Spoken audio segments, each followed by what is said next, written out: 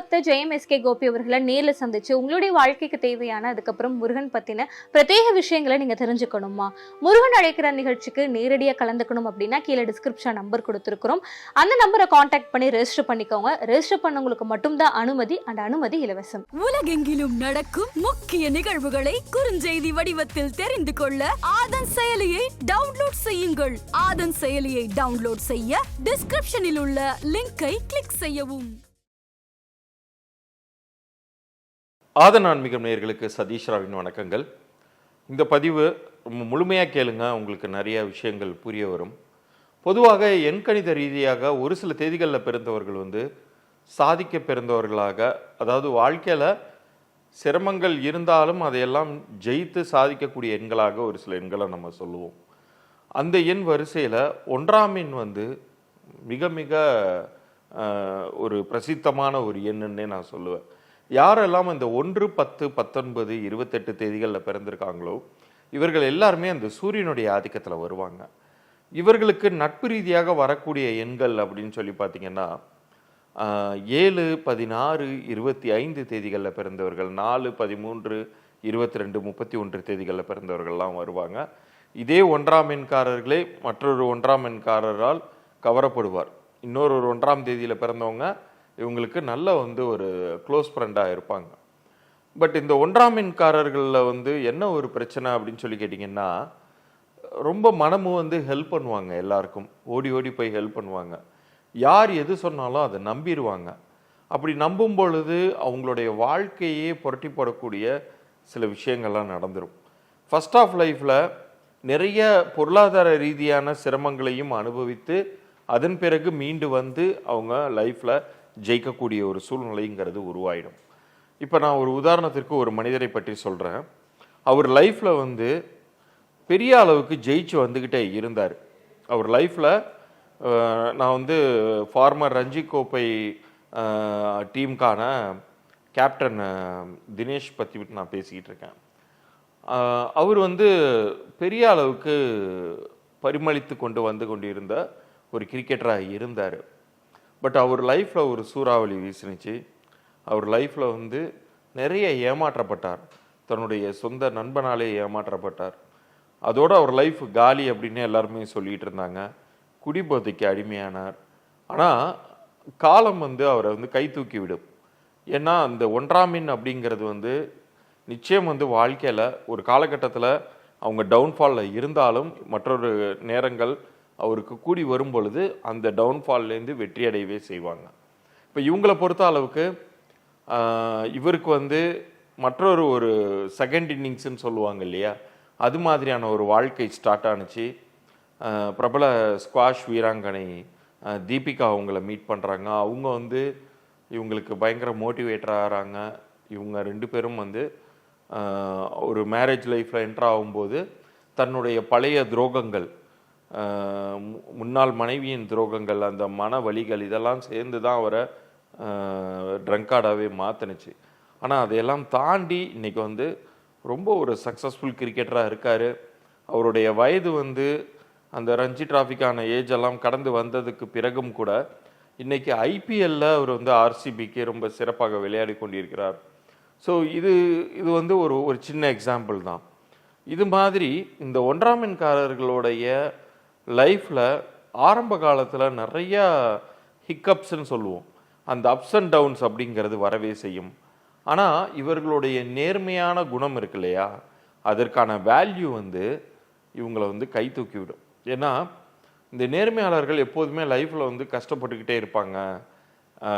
அவங்களுடைய நேர்மையாலேயே அவங்க சிரமப்படுவாங்க அப்படின்லாம் சொல்லுவாங்க. ஆனால் உண்மை என்னன்னு கேட்டிங்கன்னா, அந்த நேர்மையோடைய வேல்யூ அவர்களுடைய வயது ஏற ஏற அவங்களுக்கு தெரிய வரும். அவங்களே ஒரு காலகட்டத்தில் அதை உணர்வாங்க. மற்றவர்களுக்கும் ஒரு ரோல் மாடலாக இருப்பாங்க. அது போன்ற ஒரு மனிதரை பற்றி இந்த தேதியின் அடிப்படையில் நான் சொல்லியிருக்கேன். இதே போன்ற மற்றொரு தேதி 7ஆம் எண். இந்த 7, 16, 25 தேதியில் பிறந்தவங்க பார்த்திங்கன்னா அவங்களும் ரொம்ப இரக்க சுபாவம் உடையவர்கள். அடுத்தவர்களுக்கு கை தூக்கி விடணும்னு நினைப்பாங்க. மனமும் போய் அடுத்தவங்களுக்கு போய் ஹெல்ப் பண்ணுவாங்க. எந்த ஒரு விஷயமா இருந்தாலும் யாரும் எதிர்பார்க்காத சமயத்தில் கூட இவங்களா வந்து ஒரு தாகத்தோட ஒரு வயதானவர் ரோட்டில் போயிட்டு இருக்காருன்னு வச்சுக்கோமே, இவங்க போய் வாலண்டியராக லிஃப்ட் கொடுப்பாங்க. அது மாதிரி யாராச்சும் நீங்கள் ரோட்டில் கவனித்து பார்த்தீங்கன்னா, இயல்புலையே அவங்கள்ட்ட பேச உங்களுக்கு வாய்ப்பு கிடச்சிச்சின்னா நீங்கள் கேட்டு பாருங்கள், அவருடைய தேதியோ கூட்டு எண்ணோ 7ஆம் எண்ணாக இருக்கும். ஸோ அது மாதிரியான ஒரு தாயுள்ளம் படைத்த ஒரு மனிதர்களாக இருப்பாங்க, கொடை குணம் கொண்டவர்களாக இருப்பாங்க. ஆனால் இதில் என்ன சிக்கல்னு கேட்டிங்கன்னா, சம்டைம்ஸ் இவர்களுடைய வாழ்க்கையில் இவர்கள் சிரமப்படும் பொழுது, இதே ஒரு ஒரு கொடும் வெயிலில் தாகத்தோடு இவங்க போகும்போது, இவங்களுக்கு ஒரு லிஃப்ட் கொடுக்கறதுக்கோ ஒரு தண்ணி கொடுக்கறதுக்கோ யாருமே இருக்க மாட்டாங்க. இவரே நேரடியாக போய் கேட்டாலும் கூட வந்து அந்த உதவியை தட்டிவிட்டு செல்பவர்கள் தான், அந்த அந்த உதவி கேட்கக்கூடிய கரங்களை தட்டிவிட்டு செல்பவர்கள் தான் அதிகமாக இருப்பாங்க. ஸோ இவங்க இப்போ நான் சொன்ன இந்த 2 எக்ஸாம்பிள் டேட் ஆஃப் பர்த்ஸில் இவங்களுடைய லைஃப் லாங்குக்கும் இவங்க வந்து இப்படியே சிரமப்பட்டுக்கிட்டு இருப்பாங்களான்னு கேட்டால் கண்டிப்பாக கிடையாது. இதே 7ஆம் எண் முதல் பாதி வாழ்க்கையில் எந்த அளவுக்கு சிரமப்பட்டாங்களோ அதற்கு நேர் எதிர்விதமாக 2வது பாதி வாழ்க்கை அமையும்.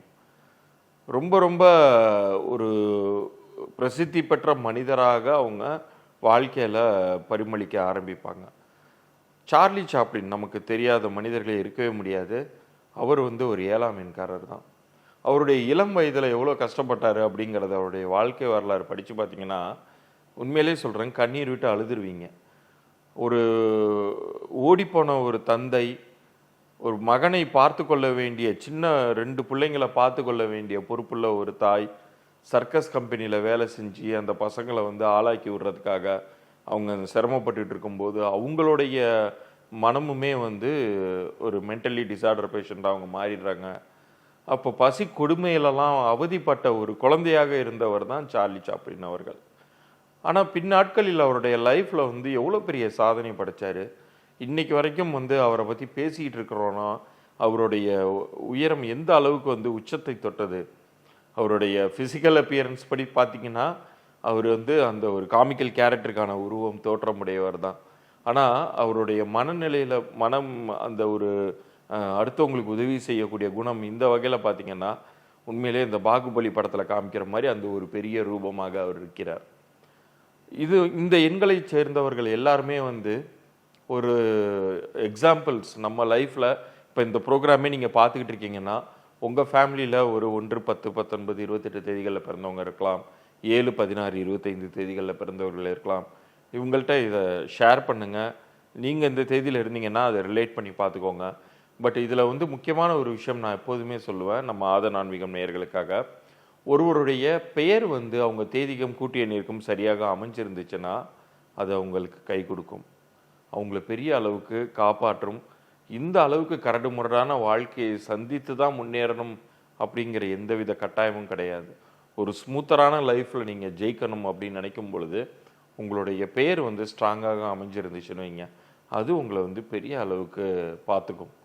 இப்போ இந்த ப்ரோக்ராம் பார்த்துட்டு இருக்கக்கூடிய நீங்களுமே நம்ம ஆத ஆன்மீகம் சேனலை சப்ஸ்கிரைப் பண்ணி அந்த ஸ்க்ரீன்ஷாட்டோட உங்கள் டேட் ஆஃப் பர்த், உங்கள் நேமும் எனக்கு நீங்கள் வாட்ஸ்அப் பண்ணிங்கன்னா, கீழே தெரிகிற எண்ணிற்கு வாட்ஸ்அப் பண்ணிங்கன்னா உங்களுக்கு அந்த பெயர் பொருந்திருக்கா அல்லது பொருந்தலையா அப்படிங்கிற இலவச பொது பலன்கள் நான் பதிவு செய்து அனுப்பிச்சி வைக்கிறேன்.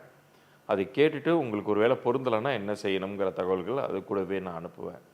மறந்துடாமல் நம்ம ஆத ஆன்மீகம் சேனலை சப்ஸ்கிரைப் பண்ணி ஸ்க்ரீன்ஷாட்டோடு அனுப்புங்க. 3 நாட்களுக்குள்ளார உங்களுக்கான பதிலை அனுப்பிச்சி வைக்கிறேன். மீண்டும் அடுத்த ஒரு சுவாரஸ்யமான பதிவில் உங்களை சந்திக்கிறேன். நன்றி, வணக்கம்.